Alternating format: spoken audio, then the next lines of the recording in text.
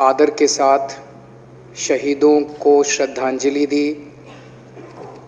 भगत सिंह जी, सुखदेव, राजगुरु, उन लोगों को कल के दिन फांसी दी गई थी। उन्होंने देश को आज़ाद कराने के लिए सबसे बड़ी शहादत दी। अध्यक्ष महोदय, मुझे बेहद खुशी है कि वैसे तो हम सब लोग सभी शहीदों को नमन करते हैं, सभी स्वतंत्रता सेनानियों का आदर करते हैं, लेकिन उन सभी स्वतंत्रता सेनानियों में एक तरह से दो चमकते सितारे हैं, बाबा साहब अम्बेडकर और भगत सिंह। दिल्ली सरकार ने ये निर्णय लिया है कि बाबा साहब अम्बेडकर और भगत सिंह जी की तस्वीरें सभी दिल्ली सरकार के दफ्तरों में लगाई जाएंगी। कुछ दिन पहले पंजाब सरकार ने भी ये निर्णय लिया है कि पंजाब सरकार के भी सभी दफ्तरों में भगत सिंह और बाबा साहब अम्बेडकर की तस्वीरें लगाई जाएंगी।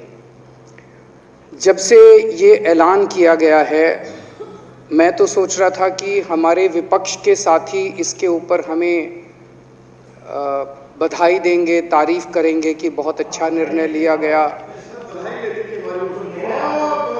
शुक्रिया।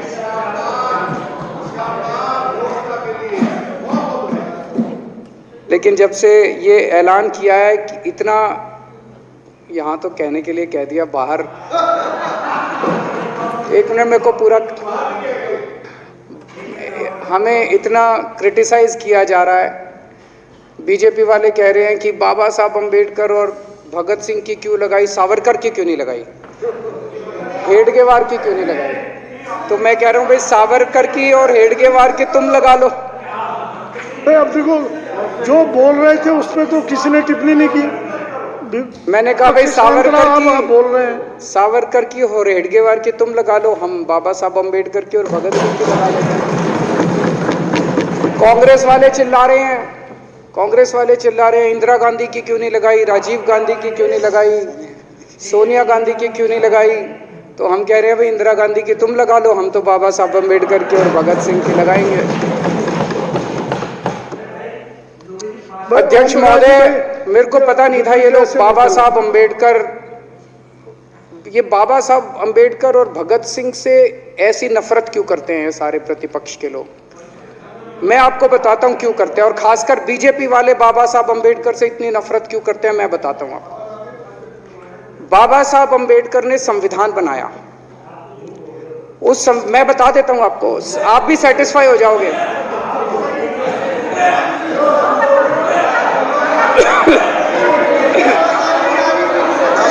सुन के चले जाना। बाबा साहब का नाम आपने काट दिया। बाबा साहब का नाम सुनते ही वॉकआउट कर गए। बाबा साहब का नाम भी नहीं सुनना चाहते। बाबा साहब अम्बेडकर का नाम सुनते ही सुन तो लो।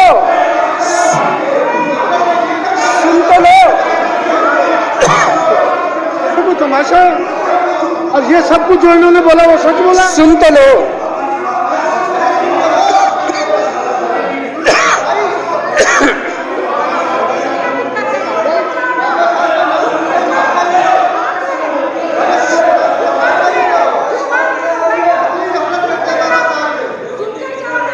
बाबा साहब अम्बेडकर ने, सदस्यों से प्रार्थना कर रहा हूं, अध्यक्ष महोदय, बाबा साहब अम्बेडकर ने, मुख्यमंत्री जी बोल रहे हैं, डिस्टर्ब ना करें प्लीज। नहीं, ये कोई तरीका। सत्य कौन बोल रहा था? सत्य क्या बिदुरी जी ने बोला? सब आप बैठ जाइए। अब बाबा साहब अम्बेडकर ने देश का संविधान बनाया। संविधान में लिखा उन्होंने कि भारत के अंदर जनतंत्र होगा। इस जनतंत्र के अंदर चुनाव होंगे। चुनाव में जनता वोट डालेगी। वोट डाल के जनता अपनी सरकार चुनेगी। वो सरकार लोगों के सपनों को पूरा करने के लिए काम करेगी। बीजेपी को ये पसंद नहीं है। बीजेपी नहीं चाहती चुनाव हो। बीजेपी चाहती है कि चुनाव खत्म हो जाए। चुनाव होने ही नहीं चाहिए। चुनाव गंदी बात है इनके हिसाब से। चुनाव गलत बात है इनके हिसाब से। एमसीडी के अंदर 15 साल इन्होंने जम के लूटा। लूटने के सारे दुनिया के रिकॉर्ड तोड़ दिए। गिनीज बुक वालों की मीटिंग चल रही है कि हम भारतीय जनता पार्टी का नाम आने वाला है गिनीज बुक के अंदर। एनसीडी का और बीजेपी वालों का शानदार इन्होंने परफॉर्मेंस किया है। 15 साल के अंदर इन्होंने लूटने में कोई कसर नहीं छोड़ी। लूटने के बाद जब जनता में त्राही त्राही मच गई, लोग दुखी हो गए 15 साल के इनके शासन के बाद, और जनता ने मन बना लिया कि इस बार इनको मजा चखाएंगे और गुस्सा जाहिर करेंगे। चुनाव आयोग ने ऐलान कर दिया कि हम आज शाम को 5 बजे 9 मार्च को शाम को 5 बजे आज चुनाव की डेट्स की घोषणा की जाएगी। 4 तारीख को प्रधानमंत्री के दफ्तर से फोन जाता है, चिट्ठी जाती है चुनाव कमिश्नर को, चुनाव रद्द कर दो। पूरी दुनिया के अंदर आज तक ऐसा नहीं होगा कि प्रधानमंत्री सीधे सीधे चुनाव कमिश्नर को फोन करके और चिट्ठी लिख के कहते हैं कि चुनाव रद्द कर दो। इसलिए ये नफरत करते हैं बाबा साहब अम्बेडकर से। ये कहते हैं बाबा साहब अम्बेडकर नहीं होता तो जनतंत्र नहीं होता इस देश के अंदर। कल एक बीजेपी का बड़ा नेता मिला, बोला जी मैंने तो अपने बीजेपी के बड़े नेताओं को बोल दिया ये चुनाव का चक्कर छोड़ो, एमसीडी में भी एनडीएमसी जैसा कर दो। मैंने कहा इसका क्या मतलब? वो बोले जैसे एनडीएमसी में चुनाव ही नहीं होते, एनडीएमसी में केंद्र सरकार नॉमिनेट कर देती है। बोले जी एमसीडी में भी यही हो जाना चाहिए।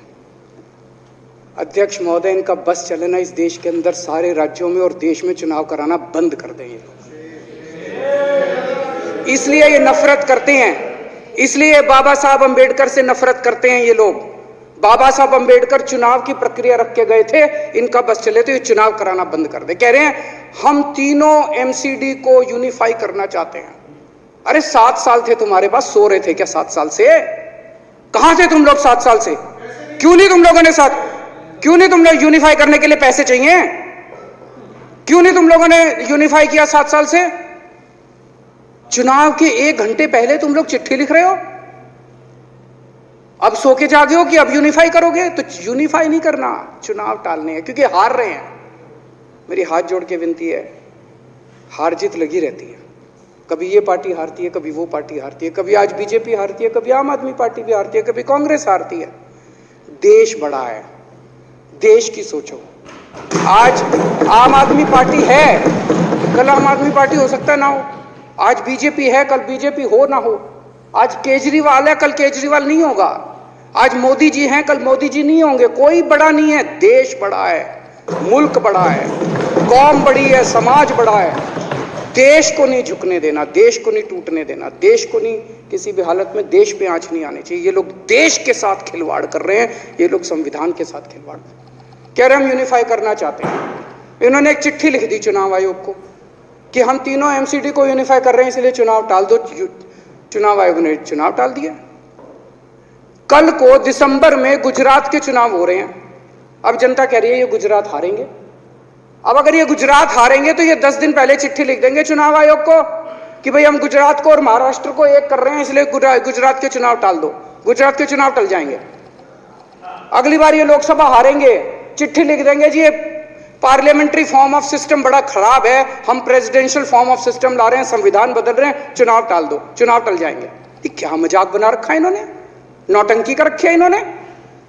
भारत जनतंत्र है, देश ये बर्दाश्त नहीं करने वाला जो इन्होंने नौटंकी कर रखी है। कहते हैं हम दुनिया की सबसे बड़ी पार्टी हैं, हम तो जी दुनिया की सबसे छोटी पार्टी हैं। फिर भी डर गए तुम लोग।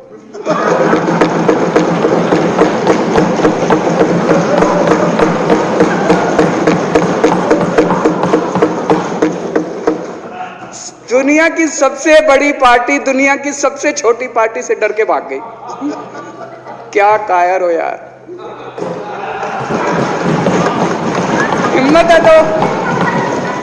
हिम्मत है तो चुनाव लड़के दिखाओ बीजेपी वालों, मान जाएंगे तुम।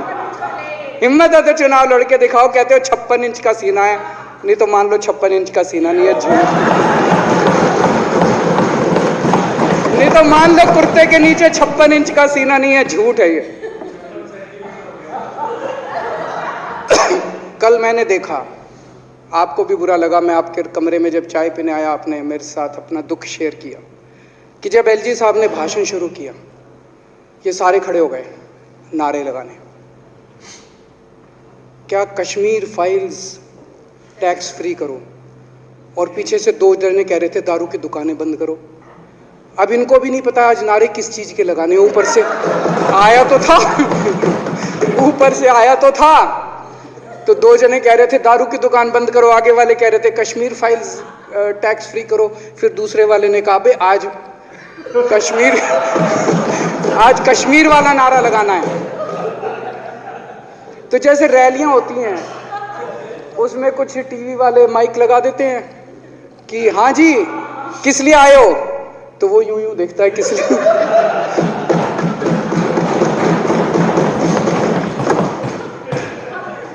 क्या हाल बना दिया इनका। इसलिए थोड़ी राजनीति में आए थे, इसलिए थोड़ी राजनीति में आए थे। एक पिक्चर आई थी बंटी और बबली, उस पिक्चर में एक सीन था, कुछ लोग एक नेता के घर के सामने जाते हैं, हमारी मांगे पूरी करो, हमारी मांगे पूरी करो। नेता बाहर आता है, कहता है क्या मांगे हैं, तो सारे एक दूसरे की तरफ, इनको पता ही नहीं क्या मांगे। आज सारे देश की सारी भारतीय जनता पार्टी एक पिक्चर के पोस्टर लगा रही है गली गली में जाके। पूरी सारी भारतीय जनता पार्टी देश में एक पिक्चर के पोस्टर लगा रही है।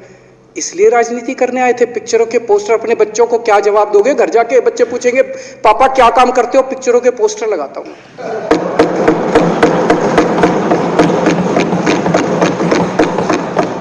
8 साल केंद्र सरकार चलाने के बाद अगर किसी देश के प्रधानमंत्री को विवेक अग्निहोत्री के चरणों में शरण लेनी पड़े तो इसका मतलब उस प्रधानमंत्री ने 8 साल में कोई काम नहीं किया। 8 साल खराब कर दिए। बताओ, विवेक अग्निहोत्री के चरणों में उनको शरण लेनी पड़ रही है, बचा लो बचा लो बचा लो। अगर किसी प्रधानमंत्री को कह रहे हैं कश्मीर फाइल्स टैक्स फ्री करो, अरे यूट्यूब पे डाल दो, फ्री फ्री हो जाएगी। टैक्स फ्री क्यों करा रहे हो? इतना ही तुमको शौक है, विवेक अग्निहोत्री को बोलो यूट्यूब पे डाल देगा, सारी पिक्चर फ्री है, सारे जने देख लेंगे एक ही दिन के अंदर। टैक्स फ्री की क्या जरूरत है? यूट्यूब पे क्यों नहीं डाल? कल एक मैंने अखबार में पढ़ा, हरियाणा के अंदर एक भारतीय जनता पार्टी का ही एक एमएलए था, उसने कहा आज मैं पार्क के अंदर इसकी फ्री स्क्रीनिंग करूंगा। तुरंत विवेक अग्निहोत्री का ट्वीट आया खट्टर साहब के, खट्टर साहब देखो ये फ्री में कर रहा है, इसको बोलो टिकट लेके करेगा।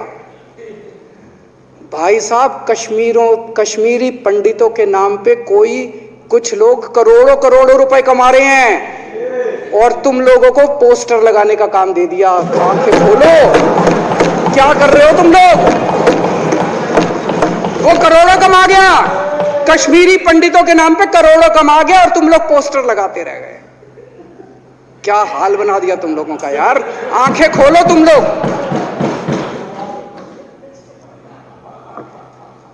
भेड़ बकरियों की तरह हाँक रखा है पूरे बीजेपी वालों को, भेड़ बकरियों की तरह हाँक रहे हैं। एक दिन बोले 3 का कृषि कानून लेके आए हैं, बहुत शानदार है, और फिर नीचे मैसेज आया भाई सारे जने तारीफ करो मोदी जी की। सारे बोले वाह मोदी जी वाह, क्या मास्टर स्ट्रोक है। और मेरे को याद है इसी सदन के अंदर इन लोगों ने उन 3 कानूनों की खूब तारीफ की थी, बोले क्या मास्टर स्ट्रोक है और क्या शानदार कानून लेके आए। 1 साल के बाद फिर आया भाई 3 कानून वापस ले लिए, बोलो फिर तारीफ करो मोदी जी की, भाई कानून बेकार थे मोदी जी। क्या इसी सदन के अंदर इन लोगों ने इतनी बेशर्मी, दिमाग पे ताला लगा रखा, इन्होंने कहा वाह मोदी जी वाह, क्या 3 कानून खराब थे आपने वापस ले लिया, देश को बचा लिया। क्या मास्टर स्ट्रोक, ये क्या हाल बना दिया आप लोगों का यार। फिर थोड़े दिन बाद बोले भाई दारू की दुकानों के खिलाफ करो, फिर सारे जने दारू की दुकान बंद करो, दारू की। अब दारू ठीक हो गई दिल्ली में, आजकल तो शोर नहीं करते तुम लोग। अब कश्मीर फाइल आ गई, पहले कृषि कानून, रोज काम दे रखा है तुमको, कुछ ना कुछ ऊपर से आ जाता है, काम दे रखा है। अब दारू की दुकानें। मेरा एक ही निवेदन है मेरे बीजेपी के साथियों से, आप तो अपने ही हो, आप तो सब अपने, मेरे छोटे भाई बड़े भाई बिदुरी साहब तो बड़े भाई है मेरे, आप तो सारे अपने हो यार। थोड़ा सा देश के बारे में सोचो यार, थोड़ा देश के बारे में सोचो। हिटलर भी जो था वो कम से कम अपने चमचों को नौकरी देता था, रोजगार देता था। इतिहास उठा के पढ़ो, उसने रोजगार तो दिया था, इन्होंने क्या दिया आपको? आपके बच्चों को नौकरी दी? आपके घर में कोई खाने पीने का इंतजाम करा? आपकी बिजली का इंतजाम करा? केजरीवाल काम आता है आपके भी घर की बिजली फ्री कर रखी है। दिल्ली के 12 लाख बच्चों को नौकरी दी है मैंने, स्कूल ठीक कर दिए, अस्पताल ठीक कर दिए। आपके घर में कोई बीमार हो, केजरीवाल दवाई पहुंचाता, मोदी दवाई नहीं पहुंचाता। केजरीवाल काम आया। मैं बीजेपी के सारे कार्यकर्ताओं से कहना चाहता हूं, थोड़ा सा दिमाग खोलो। बीजेपी के सारे सपोर्टर्स को कहना चाहता हूं, थोड़ा सा दिमाग खोलो। ये भेड़ चाल बंद करो, भेड़ बकरियों की तरह हाँक रहे हैं ये आपको, ये सब बंद करो। दिमाग खोल के सारे जने बीजेपी छोड़ के आम आदमी पार्टी में आ जाओ।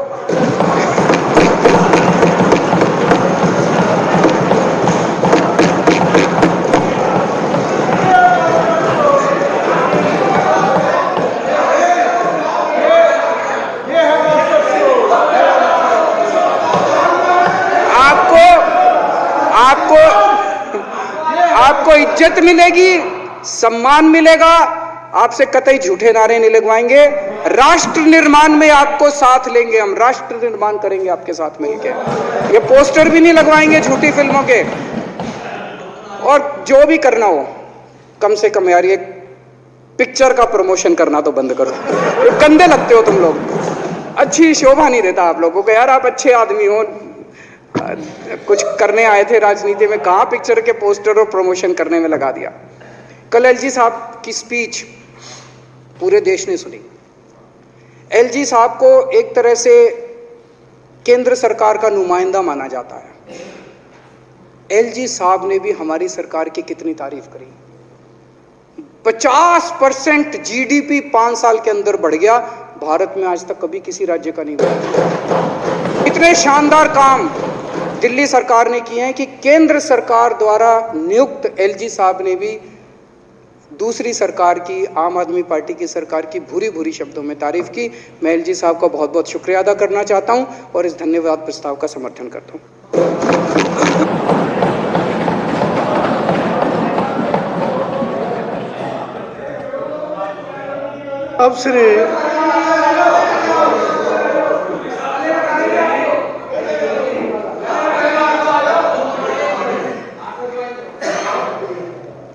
अब श्री गोपाल राय जी माननीय विकास मंत्री द्वारा प्रस्तुत धन्यवाद प्रस्ताव पर सदन के सामने है।